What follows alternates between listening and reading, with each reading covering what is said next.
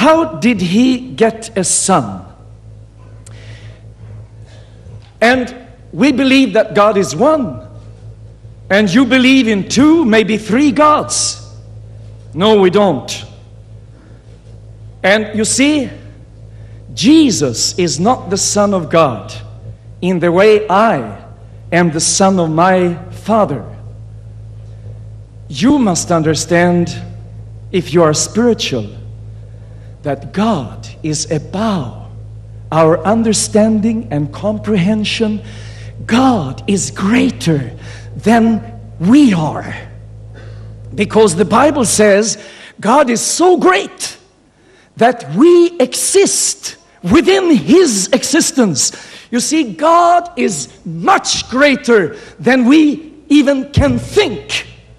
And Jesus is a part of the wholeness of God. Even Mr. Deedat taught us that in Genesis, when it talks about how God created this world, God is being mentioned in plural.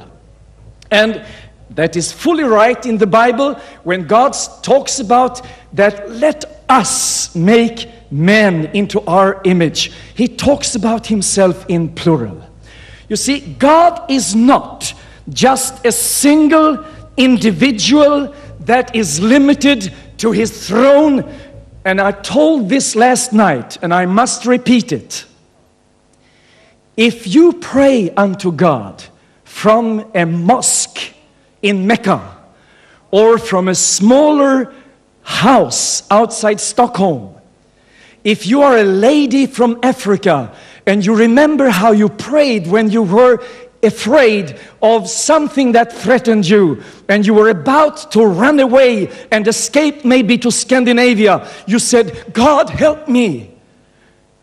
And that is the miracle of God, that He is not a single individual limited to His throne, because He can hear the prayers of a Pakistani and a Saudi Arabian. He can hear the prayers of an African and a Scandinavian at the same moment. He's everywhere.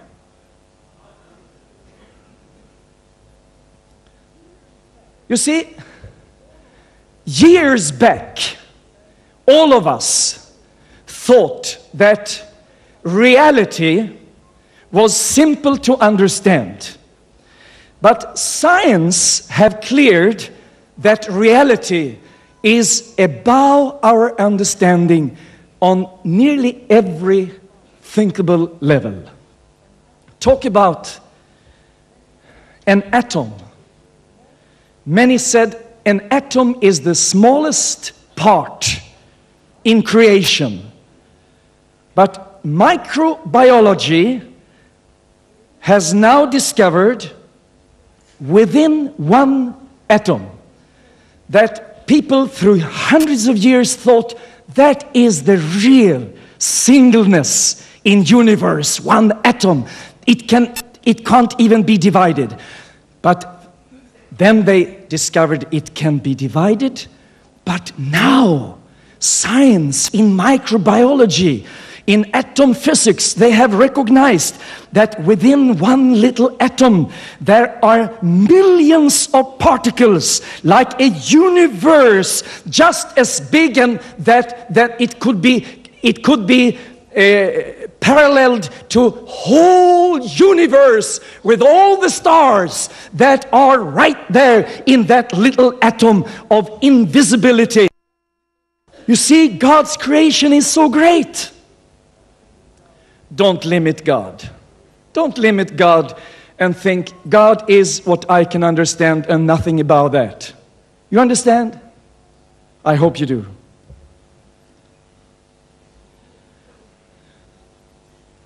You see, when we talk about Jesus, I know you have a problem. You say like this, that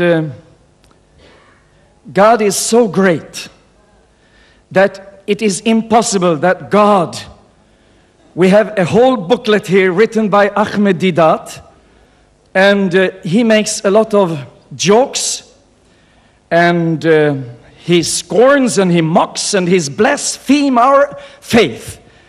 And he tells us, is God like this? That God could be tired like Jesus? That God could sit and eat and drink like Jesus? Is that God? Well, let me tell you, that is the greatness of God.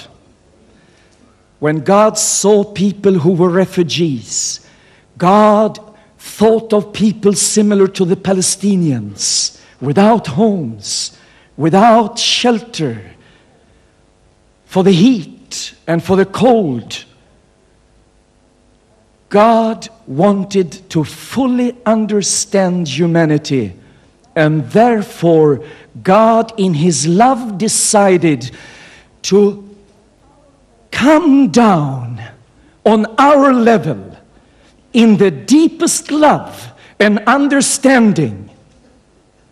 That's the meaning of the message of so God loved the world that He sent His only begotten Son. And the word begotten, it means He sent His only begotten Son, the Son who is what He has always been and will be.